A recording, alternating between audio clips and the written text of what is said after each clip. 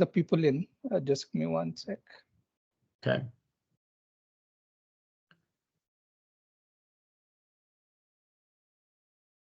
Admit all. Yes. You can go ahead, Joe. Great. Welcome, everyone, and thank you for joining today's webinar. My name is Joseph King. I'm the Chief Marketing Officer at WinWire, and I'm going to be your moderator for today's webinar. Today's topic is migrating Oracle and SQL Server data warehouse workloads to Microsoft Fabric. We've got about 45 or 50 minutes of material to cover. And before we get into it, let me just touch on a few housekeeping items.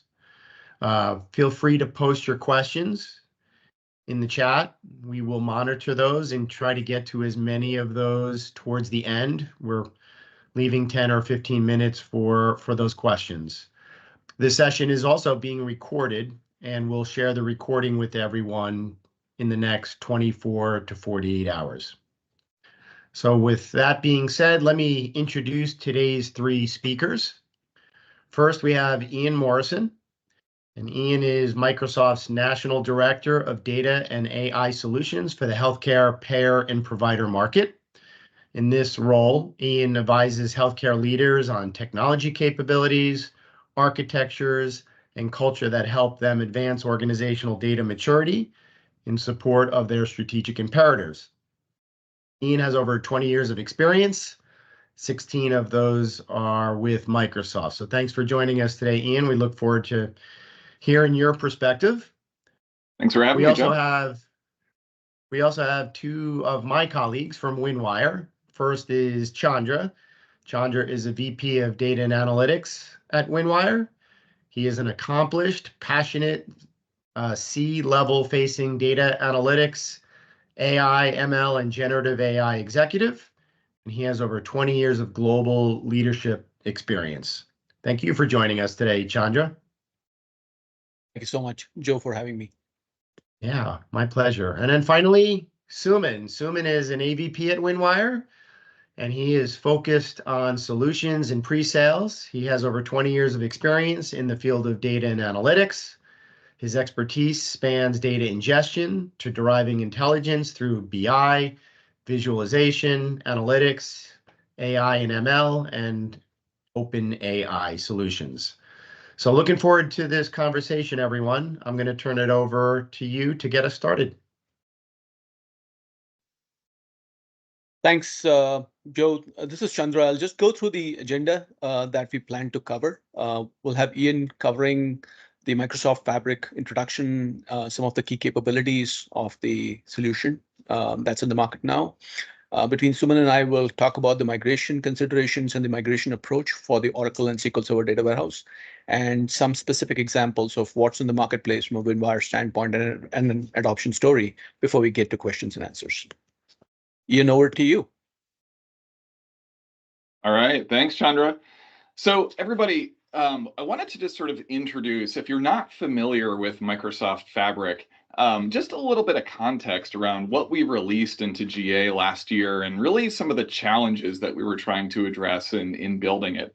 What we realized as we looked at data and analytics across all industries, many of our customers were really kind of cobbling together a lot of different technologies to try to achieve their analytics goals. They're dealing with disconnected data sources, data silos all over the place, multiple legacy data warehouses, databases, data marts, streaming data, real-time data sources, just generally a mess of data all over the place. And nothing has become more evident than over the past couple of years, the need for, harmonizing and rationalizing all of that data into a single platform.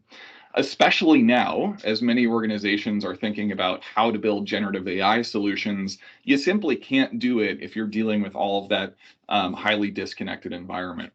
So really the design principles behind what we were building in Microsoft Fabric was to have a unified stack of capabilities that help you bring all of your data into one place and really unify the entire data estate ultimately with the goal of making you ready for AI capabilities. Next slide, please. And so what does it look like? So essentially the component parts of Microsoft Fabric, really it all starts with the central layer there. You see something known as One Lake. And the best way to think about One Lake is that it's really a one drive for all of your data. And so by bringing your data into one place, we can now start to rationalize it across all these different types of compute engines based on your specific needs. Certainly things like using Azure Data Factory to bring in data from hundreds of different sources into this one place, being able to apply data engineering to that, to normalize the data, to cleanse the data, and ultimately prepare it for downstream consumption in things like warehouses or for data scientists or AI developers. But also giving you, the capabilities that you potentially know and love in Power BI, and even enhancing some of the capabilities to use Power BI against that one lake. And then, as I mentioned, right within the same platform, giving you compute engines and tools to deal with real-time data, real-time analytics, and even taking actions based on data as it's streaming into this unified data estate. And really the foundation here as well is that it's a SaaS-based platform, right? So it's very, very easy to stand up, very easy to get started. You don't deal with a lot of the performance tuning and a lot of the administration and overhead that comes with a lot of legacy analytics solutions. From the ground up, it is secured and governed using Microsoft Purview. So you have data lineage from end to end. You have data data intelligence and data sensitivity labeling from the point data enters into Fabric to the point that it's consumed in Power BI or Excel. And it's a single business model, right? You simply pay for the compute and storage that you're using here, and it becomes very, very easy to work with this platform. Next slide, please. And so, in doing all of this, we were really designing this platform to help our customers, get rid of some of the sins of the past, right? Like if you think about, traditional data warehousing methodologies, you're trying to take a lot of different data sources and you do a ton of ETL, a ton of data engineering to get that data conformed into a highly structured environment for your warehouse that you ultimately then use for reporting. So there's a ton of investment in that ETL, and it's ultimately a very low value exercise. So really what we're trying to do here is just reduce a lot of the front end effort associated with getting that data into a place where it can become usable, not just for BI, but also for AI and machine learning as well. We wanted to sort of give you this unified platform where you can connect data no matter where it lives, if it lives in other clouds even. Being able to create a single pane of glass for that data management, and ultimately empowering business users, right? Nobody is better than Microsoft in terms of bringing a productivity type experience to data analytics and AI, and you'll see some of that as we go on. And then lastly, certainly, is being able to fuel AI innovation, which is top of mind for everyone right now. Next slide, please. So as we think about AI, and this was an interesting point that actually came from the Gartner Data and AI conference that took place in Florida last week. A lot of organizations right now are rushing to this step 3 here, right? Boards of directors and digital and transformation and innovation officers are all thinking about how can they differentiate their business using generative AI. And the key here is that you really can't do that effectively. Eliminate data quality issues, eliminate bias, and have high quality AI output unless you've put the work in up front to really establish a unified place for your data, to unlock it from data silos that exist, and ultimately to cleanse it to a point where it becomes ready. So, again, a lot of organizations are realizing this, where they want to start at step 3, but it's really important to go back and make sure you're addressing the sort of the key foundational elements that you need to on the left in steps 1 and 2. Next slide, please. And so one of the things I just wanted to share with you is the magic of Microsoft Fabric is really the unification of all of the data, regardless of where it lives. So you see here kind of a similar slide to what I showed you a few slides ago, but this concept of the one lake can be fed by existing databases like Cosmos, Azure SQL DB, Mongo, many more coming soon, even Snowflake as an example. And also data that's sitting in multiple clouds, right? So, many organizations now are multi-cloud. They've got some data sitting in, Amazon or maybe Google. The beauty of Fabric is that it allows you to simply create shortcuts to those environments without moving the data, right? So everything either lives in one lake or can be virtualized into one lake. And then again, regardless of the engines you're using on top, whether you're querying data using T-SQL or whether you're dealing with real-time data or you're using Spark, you have that single canvas to be able to perform that analytics work regardless of where the underlying data sits. And it becomes very transparent to the user. It's an incredibly powerful experience. Next slide. And then the last thing I'll leave you with is really the importance of the data consumers, right? All of this, the platform, the technology that sits underneath it is essentially meaningless unless the users that need to get analytics and insights have great experiences. And so regardless of where they're working, whether it's in Microsoft 365 or Dynamics or Power Platform in a low code or no code experience, or maybe they're more of a sophisticated user that's doing Spark or Python or building AI applications, right? All of those experiences are made very, very powerful through Fabric. And we're even designing co-pilots that are giving you assistive capabilities of working with data right within this platform. So as an example, you can open up Power BI and describe in natural language a sales analytics report that you want, and it'll generate it on the fly. You don't need to use DAX to do that. So a lot of that amazing power of generative AI is now coming up into all of these experiences you see on the screen here. So with that, I'm going to turn it over to Chandra. Hopefully that gives you a sense of the power of Microsoft Fabric. And now we're going to get into a little bit of how do you break down those legacy data silos and really empower your analytics teams. Chandra, to you. Thank you so much, Ian. That was great. So I think hopefully you got a good sense of all of the experiences and the unification that Fabric provides. Now and that's the driver for adopting Fabric as you move forward from where you are at this point in time. So what I'll try to do is provide some background and context on a couple of data warehouses that are legacy that have been used by customers over a period of time. There are a number of such technologies, but I'll focus on a couple of them. The Oracle and the SQL Server data warehouse workloads that exist with a number of clients. And I'll talk about some of the considerations and then get into the approach, and we'll move from there. So as we think about the modernization to Microsoft Fabric, right? What are the key drivers that would drive such a modernization effort?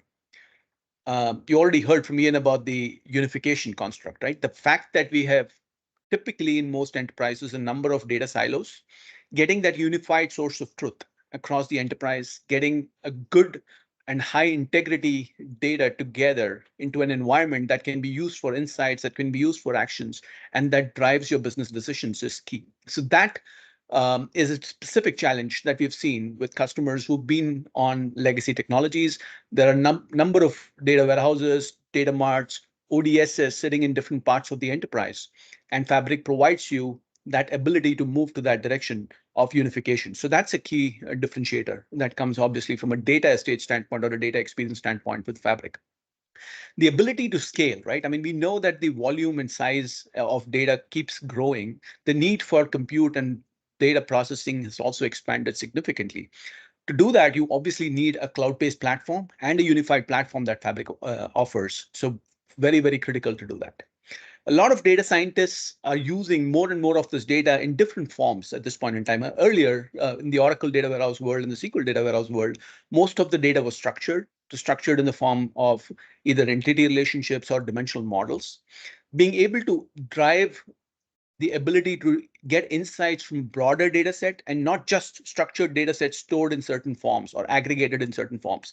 That's a key differentiator that you can get with Fabric. The one lake construct allows you to bring pretty much any data set from anywhere, or even use shortcuts to get access to that data from different sources across the enterprise and from outside the enterprise, and be able to drive innovation, Gen AI, ML, as well as just conventional analytics, so a combination of all of that. So gaining that advanced insights, which lacks in a lot of organizations enterprise-wide, is another driver. In terms of cost, I think why I would call that out as an important factor in terms of your TCO calculations is a lot of times when we have seen legacy environments, we've seen multiple tool sets that customers have had to have. You have an ETL with an Informatica or a data stage or an ab initio. You have a data warehouse, and then you have a compute capability. And then on analytics, you potentially have a Tableau or a Cognos or a business objects, and a variety of those tools that come independently. And you're paying license costs for each one of them. Each of them run out at different points in time. Right? You're trying to manage all of those from a technology cost standpoint. And you're also assigning resources to support each of these capabilities in your ecosystem. So in the data to insights ecosystem, you could potentially have an ETL tool, you could have a data warehouse, a data mart technology, a separate technology, you would have a reporting and a visualization technology, you might have a third-party machine learning AI-based capability.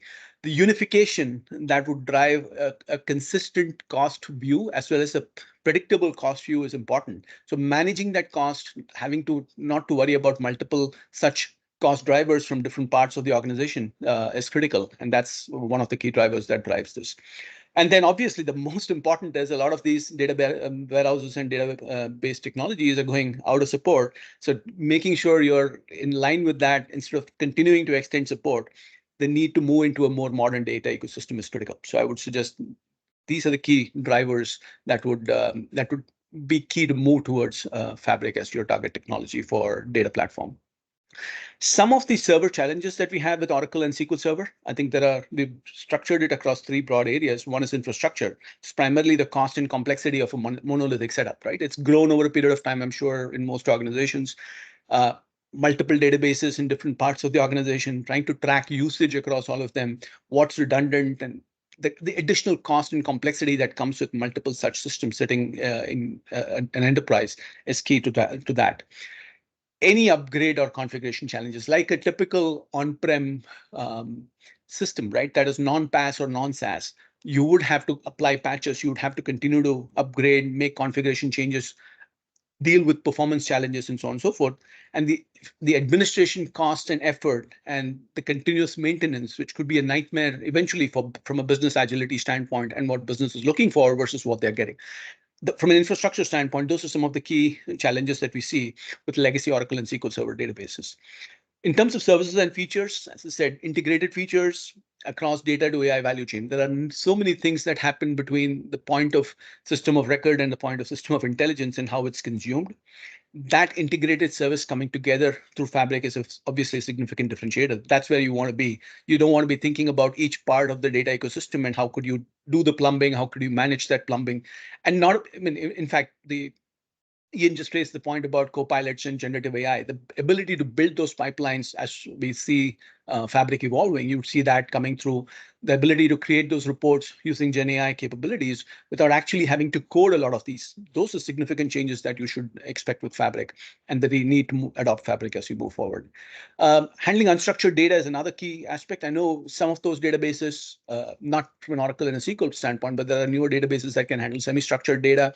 Others can also handle unstructured data, but in general, with Oracle and SQL Server, that's a challenge. You can't keep parsing data, and that continues to be a challenge when you think about structured data technologies in the realm of Oracle and SQL. And then scale and performance, I think most of it is driven by an on-prem setup where you don't have an isolation of storage and compute. You're trying to keep adding compute resources and storage resources as you grow your data ecosystem. Then obviously expensive hardware for scaling performance and a multiple tech stack challenge that you have. In terms of mitigation of these challenges, some of them are very specific to how cloud platforms allow that support. For example, with Microsoft managed and unified SaaS, you don't have to have people specifically dedicated to upgrades or configuration changes or addressing patches and so on and so forth.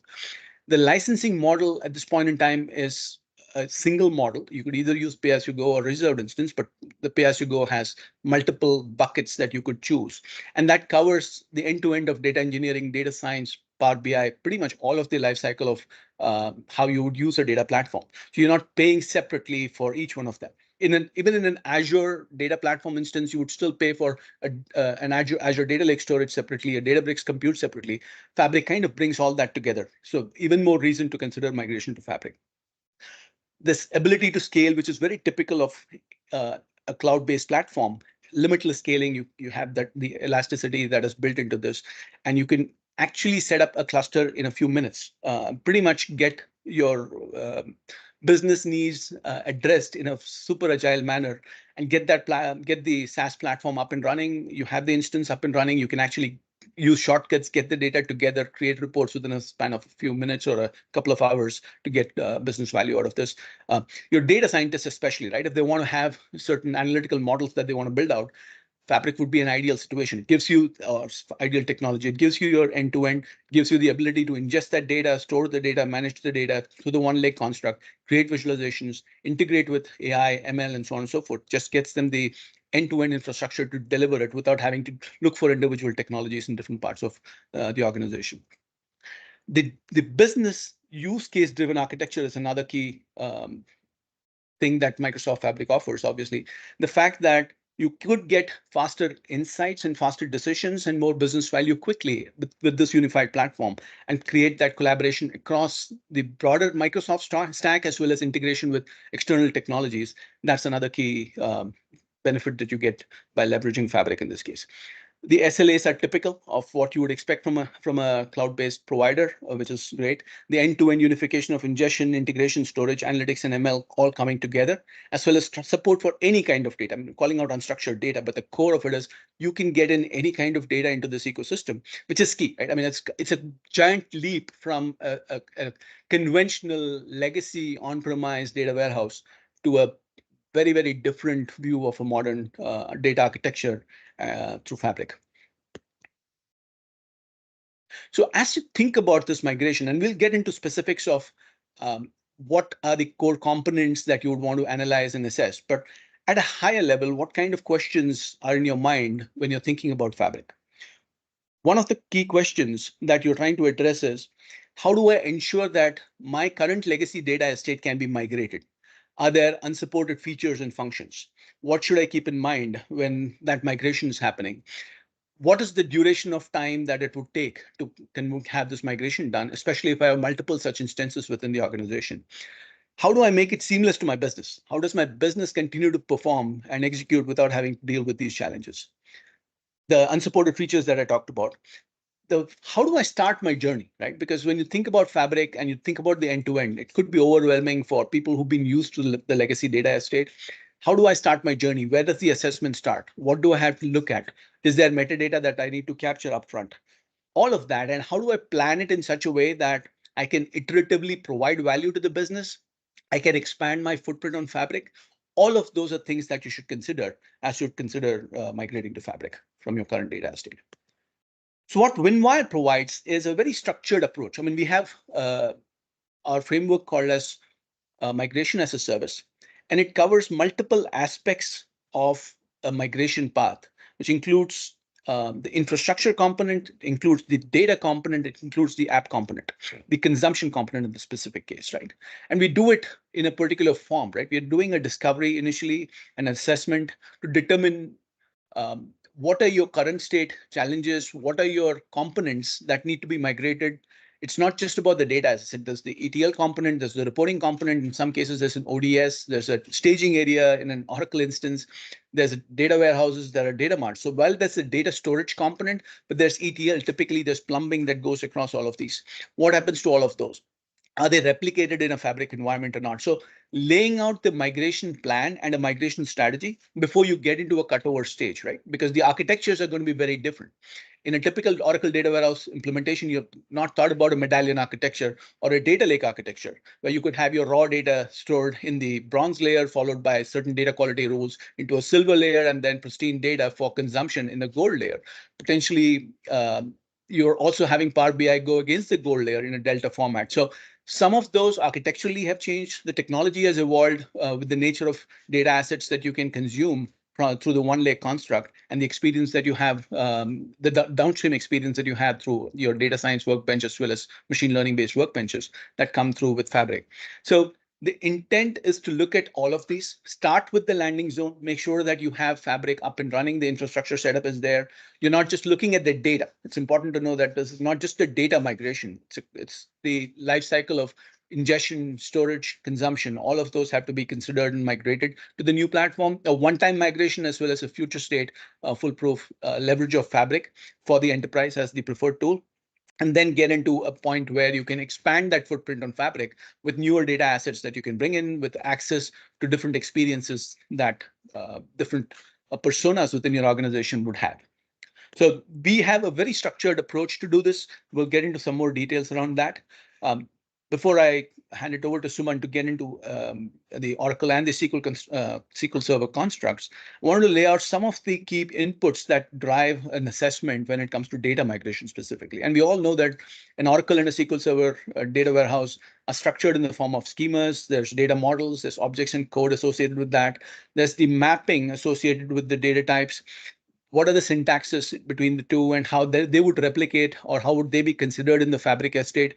From a schema data standpoint, there are a number of things that need to be taken into consideration. So these are kind of key inputs and considerations when it comes to the schema and data. On the infrastructure side, what's the hosting environment? How do we move out of that? What's the deployment type? Are there specific customizations that we need to keep in mind? And any proprietary utilization of some of the infrastructure that comes in. For example, if there's Exadata, then it comes with the hardware together. How do you consider those in the context of migration to Fabric? And then the applications. It includes code, languages, what's been written as custom code to either load the data or to manage the data or to make it available for consumption. What are the current performance norms? Is there a need for optimization? Is there a need for rationalization? Right? I mean, you have probably a number of reports that are getting consumed from the data warehouse or the data marts. Is there a need to rationalize? What's being used? How do we use metadata to identify some of those? So some of these are inputs and considerations that you would keep in mind as you consider a migration to Fabric. And some best practices, I mean, should you use table structures that are unused? We would recommend that you don't. You could potentially archive them, get usage inputs initially from system metadata log files, Oracle SQL Server diagnostic packs, and then go from there. In terms of migration approach, is my future state architecture going to look like my current state architecture? I would say no. Fabric is a SaaS platform. It's very different from how your Oracle data warehouses have stood up. We already know that you can bring in all of your data into the one lake, or you can use shortcuts to connect to some of these. The intent is, even if you start using those shortcuts, at some point in time, you would consider migration into these data assets into the Fabric architecture. So think about redesign. Just don't think about migration as an independent effort.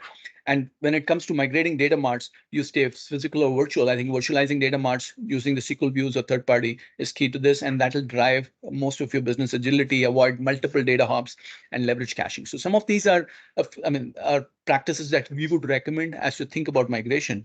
And from there, I would hand it over to Suman to actually drill down into the migration approach, and then specific components in terms of what's supported, what's not supported, and so on and so forth.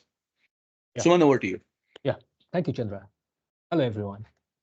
So far, Jan gave us an overview of the various possibilities and the power of Microsoft Fabric, and Chandra introduced us to the major drivers, challenges, typical questions in our minds before embarking on Microsoft Fabric journey. Now, I am going to lead this discussion further on some specifics, being aware of which could potentially make your transition to modernization with Fabric a bit more seamless and low-key affair. So when you're seeing on the screen now is a typical migration path. From every software vendor or integrator, this come with different flavor and packaging, but in essence, these are all variations of similar underlying theme. I kept it simple here. The assessment and architecture phase can help in prioritizing the migration. Chandra already touched upon this topic just now, so I would only briefly mention that at this stage, we become aware of the diversities of the existing Oracle and SQL Server landscape with their complexities, current challenges, and then arrive at the mitigation plan. Also, we consider the volume of the data to be transitioned, the need for advanced analytics with AI, ML, GenAI, and so on and so forth. We also assess the need for apps where the actions from insights are built. And the assessment phase helps us demystify a great deal of unknowns and uncertainties, and thus it helps us mitigate risks. A modern architecture from ingestion till consumption and sharing of the data or insights within and outside of the organization are laid out at this stage. At the bottom of this section, you are seeing the pilot and scale out. The pilot and scale out implementation in waves is a typical execution pattern to de-risk the program execution. The learning from every wave is factored onto the next one. It speeds up the execution while reducing the risk factors. The roadblocks are detected early and within this pattern. We'll talk about considerations for schema conversion in more detail shortly. Here we listed the objects and items for schema conversion. We will also briefly touch upon the ETL and data migration in this webinar. Here I wanted to talk about a different aspect of for the sake of completeness of end-to-end migration. For the data and analytics migration, which is the bottom part, this can be done sequentially in a phased lag way or in parallel based on the specific needs of the business. For example, suppose your Tableau license is expiring, and you know that ingestion pipelines to OneLake cannot be built by then. So one solution can be to create the shortcuts in OneLake and start building Power BI reports and dashboards on top of it, and start building the pipelines in parallel. There can be a whole bunch of ideas to be considered for addressing a specific need on the ground. Since both these paths of data migration and analytics migration are implemented in waves of sprints, one of the optimal strategies can be to synchronize them up in a way that a business function gets end-to-end ready within a few sprints. For example, when wave one of the ETL migration ends and wave two begins, at that juncture, wave one of the analytics can be taken up. So within a few waves, one or more of your business functions can be onboarded on the new Fabric platform in its entirety. This repeats till all the data and analytics are fully transitioned or newly built on Fabric. So when you plan for testing setup, please keep in mind that the importance of performance testing. With a small subset of data, even a less than optimal data processing code may look perfectly all right, but it may fail in the production environment while processing very high volume of data. And the cutover, the dry runs, and dress rehearsals are to be judiciously planned too. And also plan for quality checks and reconciliation at the cutover stage, bring automation as much as possible in these activities. And as I said, schema conversion and ETL data migration are the two areas where we'll put our focus on. But before that, I'd briefly talk about different database versions that are currently there in most of the organizations. So we'll go to the next slide. Thank you. So, yeah. We highlighted here some of the major Oracle databases versions on premises and on Oracle Public Cloud and engineered systems that you may consider for planning your migration to near, mid, and long-term horizon. If you are on Oracle database versions 18C, which is on sustaining support, that means the support is limited and there can be no updates or on regulatory or legal patches. It may be an ideal candidate to transition to Microsoft Fabric. There may be several other scenarios like that. Oracle database appliances, which have written down at the bottom part on the slide, that is meant for small to medium organizations. One cannot create a large cluster beyond 2 servers by combining appliances together. So there are limitations like that. So, I mean, various things are listed down, but it's better to go to the Oracle site, find out when their supports are ending, and make your strategy based on that. Let's go to the next slide. Yeah. So I have listed major SQL Server versions here that are being used by many organizations having legacy data warehouse. If you look at the release year and mainstream and extended support end year of these versions, you may find compelling reasons to upgrade to modernize if you are on 2012 or 2014 versions. For 2021 and 22 versions, though the extended support ends in 4 years, but think about what all you are going to miss unless you are building and capitalizing on a modern data platform with deep analytics capabilities using AI, ML, OpenAI, and stuff like that. And once you've decided that you need to take a course of action, so you can see on the top right side that what are the paths that you can have. You can upgrade to Azure Platform as a Service or Infrastructure as a Service. You can even upgrade to the higher version of the SQL Server. You can even purchase extended security updates. But preferably, if I may so emphasize, you can go for transformation with a modern solution with Microsoft Fabric for the reasons Ian and Chandra indicated at the beginning of this webinar. So let's go to the next slide. Okay.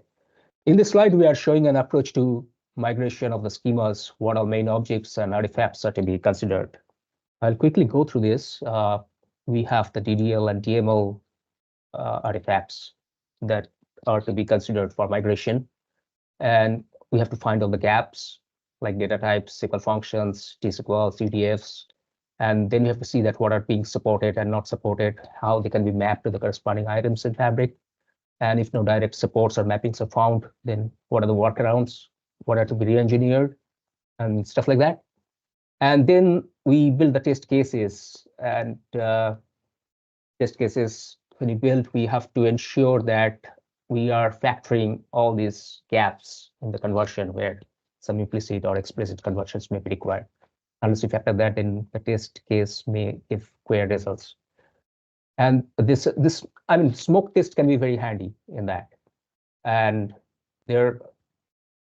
and then you have that generation of codes, deploy and smoke test. And then finally, let us discuss about what you have mentioned in the bottom part of your screen, the pointers in the form of questions that may help you in your schema conversion.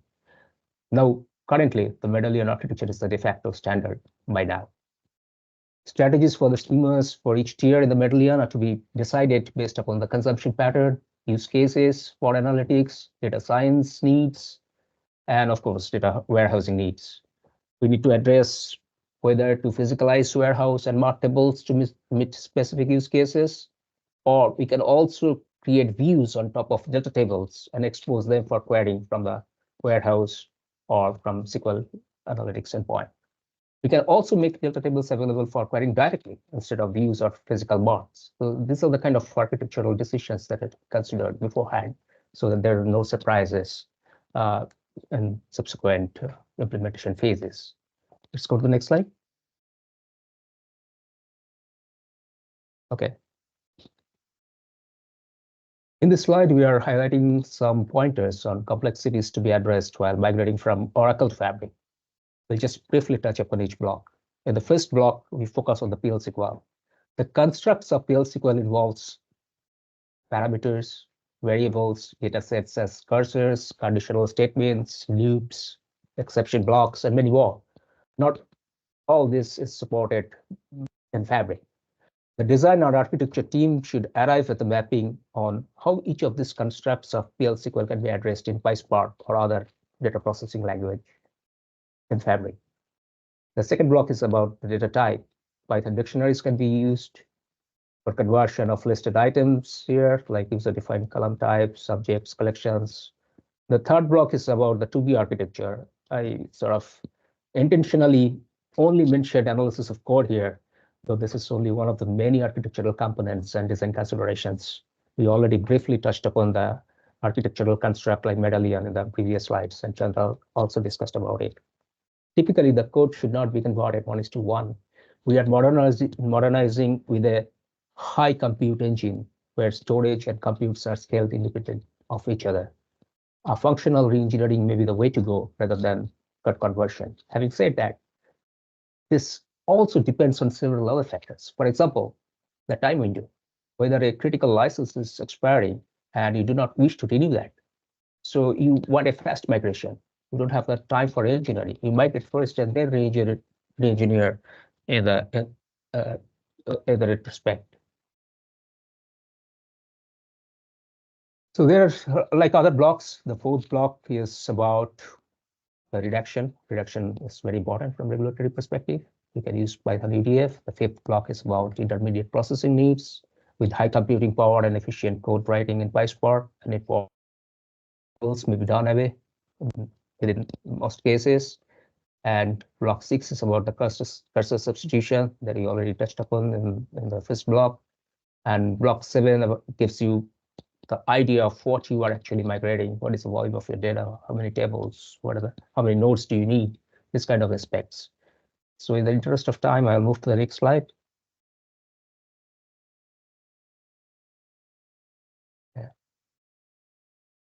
In this slide, we are highlighting what is supported and not supported for the table features in warehouse on Fabric. Create table as select or create external table as select, which is popularly known as setters, can be used in the Fabric context for copying and even ingesting small data sets. Here, the table columns and data types are based on the select statements results. And be careful about the data types that you are importing from, whether they are supported or implicit conversions are happening or explicit conversions are needed. Because if you use unsupported features on the right side, then the design considerations have to be laid out and standardized. Otherwise, you'll get some strange results, and it's very hard to detect once this kind of strange results are there in the migration scenarios. For example, if you have tables with more than 1024 columns, which is not supported, based on which criteria do you want to split them? You have to decide that kind of design considerations have to be factored upfront. And then the workarounds for computed columns are also needed. And there are several factors like that. In fact, I don't want to go one by one, each of those. So in the interest of the time, we move to the next slide as well. Okay. So this talks about warehouse in Microsoft Fabric and supported transaction SQL commands. So this also applies to SQL Analytics endpoint. For these unsupported features, be cautious that even though they may appear to have succeeded, they could cause issues to your warehouse by giving unexpected results. Again, and you can check in the Microsoft website for the latest information. This information can become stale quickly as Microsoft is moving very fast in bringing more and more features based on the roadmap and the user and the community feedback.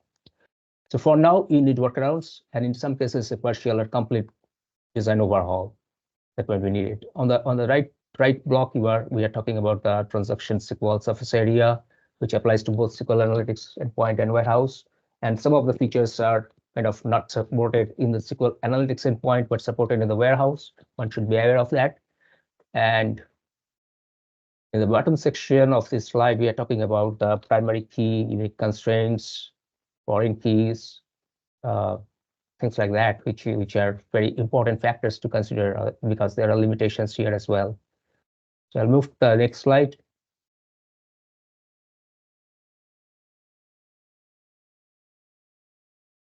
Okay, these are supported and unsupported transactional SQL data types. Here we are highlighting a bit of information about these areas. The purpose of bringing this out is to make ourselves aware of some aspects so that we can design our solutions on Fabric accordingly. Otherwise, again, some results might creep in, which will be like data may be truncated, precision may be lost, and many more. We should be aware that some columns that exist in the Spark data table might not be available in the SQL Analytics endpoint. Another example can be like data time 2, and for the time column, the precision is limited to 6 digits on fraction of seconds. So if you have more digits there, then that might be lost.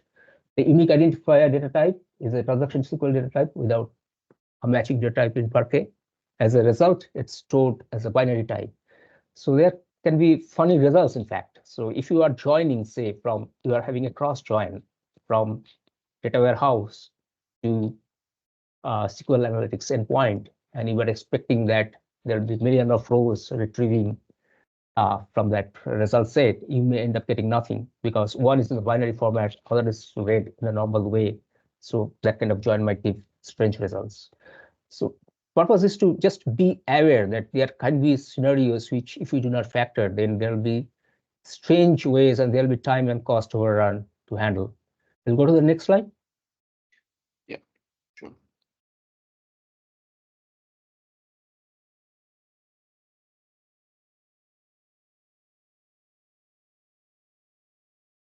Did I lose you? Yeah. So this is about auto-generated data types in SQL Analytics endpoint. Again, I would just like to mention that tables in SQL Analytics endpoints are automatically created when a table is created in the associated lakehouse. The column types in the tables of SQL Analytics endpoints are derived by a mapping. And the rules for that mapping is what we are kind of showing it here. So you need to note that here the columns that have the types that are not listed in this table are not represented as a table columns in the SQL Analytics endpoint. So there might be like your query might give the results that are not what you can expect from that. Again, this kind of issues are just to bring to your notice that things can be complex in a way. Let's go to the next slide. Yeah, Suman, this is great. I think there are more and more specific details that obviously the team should be able to see as we share this slide as well. There are a number of nuances at the core of what we're talking about, right? Each of the SQL features are not going to be applicable or replicable to the Fabric environment. I know we're close to the point in time where we have to take questions, but there are more and more specifics that you will get to see as we go through this, and we'll share the recording as well as the content. So you have a good understanding of all of the variations to consider as you're looking at migration. Thanks, Suman. So I also wanted to quickly lay out a couple of things. One is the programs that are on Azure Marketplace that WinWire has. So there's a Microsoft Fabric assessment, which is critical. Both of these migration patterns and how we need to migrate to Fabric are also laid out in Azure Marketplace. We do assessments for these. We are helping customers migrate their Oracle data warehouse and SQL Server data warehouses to Fabric. I also have a case study that I want to quickly walk you through, but you can either take pictures or when you see the video, you'll have these specifics. These are three of the core offerings that are already on the Azure Marketplace from a Microsoft Fabric standpoint. So keep in mind, I mean, we'd be happy to go through that assessment, help you migrate your current state ecosystem. As Suman was going through details, I think you realize there are a number of those individual components within the schema and data, within the infrastructure, within the endpoints that we're talking about, that'll all have to go, will have to be considered as you migrate into Fabric. And we typically do that as part of the assessments that you're seeing here. In terms of one of our clients, I think it's a large construction company for whom we are doing data modernization. I think they've a significantly large Oracle data estate, ingesting data from transactional systems, Oracle as well as on-prem SQL servers into a corresponding Oracle and SQL Server data warehouse constructs that they have in individual parts of the organization. We are helping modernize and migrate all of those estates, both the Oracle estate and the SQL Server estate, initially through shortcuts, but then we're also establishing the Fabric ecosystem. We've laid down the software. They started at a point when Fabric was not GA, so it's modernized to a certain extent. We're getting to a point where Fabric is the de facto data platform engine. It covers all of the life cycle of data engineering, data science. At this point in time, we're also moving into data science, but they use Power BI. They were using Alteryx for some ETL as well as data manipulations. It's all driven through the Fabric engine now. It's a unified platform that their organization started to use. And that's the business value. And in terms of business value, obviously, it's a unification that they're seeing. They're seeing business value in terms of project time, as well as clarity and visibility into any delays across the organization for each of their projects at the highest level within the enterprise. Having that visibility, having a lot more trust in terms of what their data is presenting to their business and a common view across all of that. While they're also looking at how to make predictions in terms of future projects, what kind of timelines are expected as we go from this point to the next, how can projects be better optimized in the future, and so on and so forth. So a number of those things also being laid out as we go through this life cycle. Joe and Noor, I know we are close to the point in time that we had considered for this webinar. If there are any questions, we should be able to handle that at this point in time. Yeah, thanks, Chandra, Suman, and Ian. If you guys want to come on camera, we do have a couple questions here, and I will get to them. We have about 10 minutes, so if there are any other questions from the audience, please raise them in the chat and we'll get to as many as we can. First question for you guys. How do we estimate Microsoft Fabric capacity needs?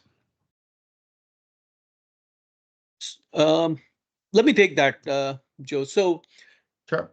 I think at this point in time, Fabric is available either in a pay-as-you-go model or in a reserved instance model.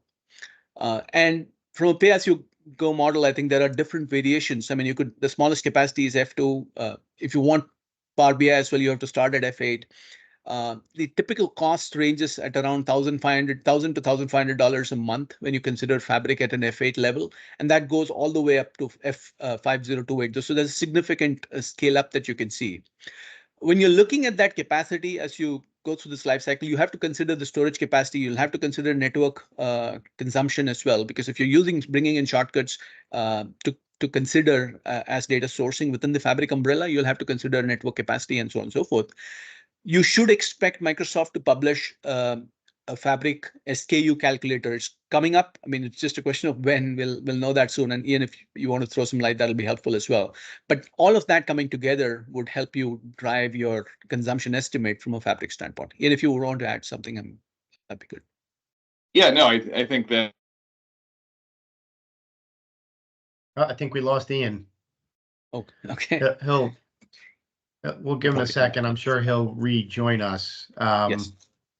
Why don't we go on to the next question? Sure. Someone is on the call, and there's a need to modernize. Should we look at Databricks and Microsoft Fabric independently, or should we look at Databricks being native to Azure? Will DBX become native to Microsoft Fabric, and if so, when? That's an interesting question. Ian, do you want to take that? It's about Fabric and Databricks and the relationship, and will it become native to Fabric as well? I know it's native to Azure. Yeah, it's a great question. So Microsoft and Databricks have a very tight partnership, right? Like engineering level partnership that will persist for years to come. And the thing is that it's not an either or, right? Like we really want to guide our customers toward the choice of the platforms and the compute engines that make the most sense for them, right? Typically for organizations that have stronger skills in Python, like they've got more of like the pro code capabilities. Databricks is an amazing choice for Spark-based data transformation, for machine learning and data science capabilities. And it'll work with Fabric, right? So it'll actually access Delta Parquet in one lake and be able to work with data in Databricks just like you would in any other compute engine. So really the best way to think about it is that it's not an either or. If you love Databricks, continue to use it with Fabric. If you're making the choice between some of the native capabilities in Fabric and or Databricks, I would just say, consider some of the skills you have, consider some of the needs that you have, and ultimately there's no bad choice, right? Because they're going to work together and will continue to do so. Ian, I think we lost you there for about 30 seconds. You were, I think, going to comment on the first question. Yeah, Teams dropped out for me. Apologies. I was just going to say, to Chandra's point, we are going to have some pretty detailed Fabric pricing calculator tools coming here pretty soon. For now, work with WinWire, work with Microsoft, and we'll help you figure out what the pricing model should look like. Great, thanks. Next question I have here for you guys. We are using Tableau for our dashboards. Do I need to necessarily move to Power BI if I consider Microsoft Fabric? I'll take that, Joe. So you should ideally move to Power BI at some point in time. You should ideally move to Fabric at some point in time. And the reason is the way Fabric is being designed and how Power BI would integrate with one lake. I think that capability is going to be very unique to the Fabric ecosystem. If you're using Tableau, you don't have to. I mean, the SQL endpoint capability that Fabric would offer would allow you to continue to use Tableau against the data estate that would sit on Fabric. But the benefits of performance that will come in once you have Power BI or once you've migrated to Power BI, and again, a lot of reasons to move to Power BI, including your reduced total cost of ownership, being that integrated platform, and hopefully use this opportunity to rationalize what you have built out as Tableau would be great. But the direct lake capability that comes with Power BI on Fabric is going to be unparalleled. That's the direction to go. But that being said, as I said, is it mandatory? No, it's not. You could use the SQL endpoint that Fabric offers, and you could still have Tableau continue to exist in your ecosystem as you run Fabric. Okay. Great. Got a couple questions here that were just raised, so I want to try to get to them. Is there a rule of thumb for Fabric capacity unit in terms of 1 CU translates to how many CPU and how much memory? I don't think there is going to be that. Again, let's wait for the SKU details, right? I think Microsoft's getting to that point where the F2s, F8s, the F4s, F8s, and so on and so forth are going to drill down into that level of SKU. Right now, we don't have that information in terms of what it would translate into, but it's just a matter of time. I expect that to be in the next month or so. I just was looking up the Fabric community channel, and there's more and more questions about how to drill down further and what would that mean from a CPU standpoint, from a memory standpoint, from a storage standpoint, how much GB, and so on and so forth. So I would suggest that we just wait for some more time. I think it's just a matter of a month or so before that gets laid out, and it'll be as transparent as you would look for in terms of what 1 CU capacity unit is going to translate into. Great, makes sense. Ian, anything to add? Nope, that was good. Good. Another question here from David. Does Fabric have a built-in de-identification process upon ingress? So I'll take, Ian, I don't know if you can take that, yeah, because it's a yeah, so I'll take that one. So we actually, we didn't get into it too much today, but one of the things that our engineering teams are doing is we're building a layer of industry-specific capabilities on top of Microsoft Fabric. And so I come from the healthcare industry, and one of the things is actually an AI service that we're building for de-identification specifically of data as it's coming into or as it's being prepared in Microsoft Fabric. So those types of capabilities are, related services, I would say, to Fabric. They do stand on their own. They're APIs that you can send data in and out of. But, that's one thing we didn't really get into is you can enrich and process your data of virtually any type through as you're sort of hydrating Microsoft Fabric in that one lake, whether it's unstructured data and you're using something like document intelligence to pull structured data out of faxes or PDFs, or ultimately if you're preparing data for sharing and you want to do DID, you can certainly do that using some of the AI services in your data pipelines. Great. I think we have time for one more question. When will data mirroring become GA?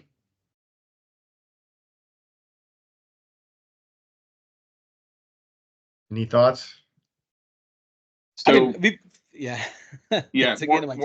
More to come next week. So what's happening next week is the first ever Microsoft Fabric conference is taking place in sunny Las Vegas, and so you're going to see some announcements. You're going to see some things around the roadmap forthcoming as well.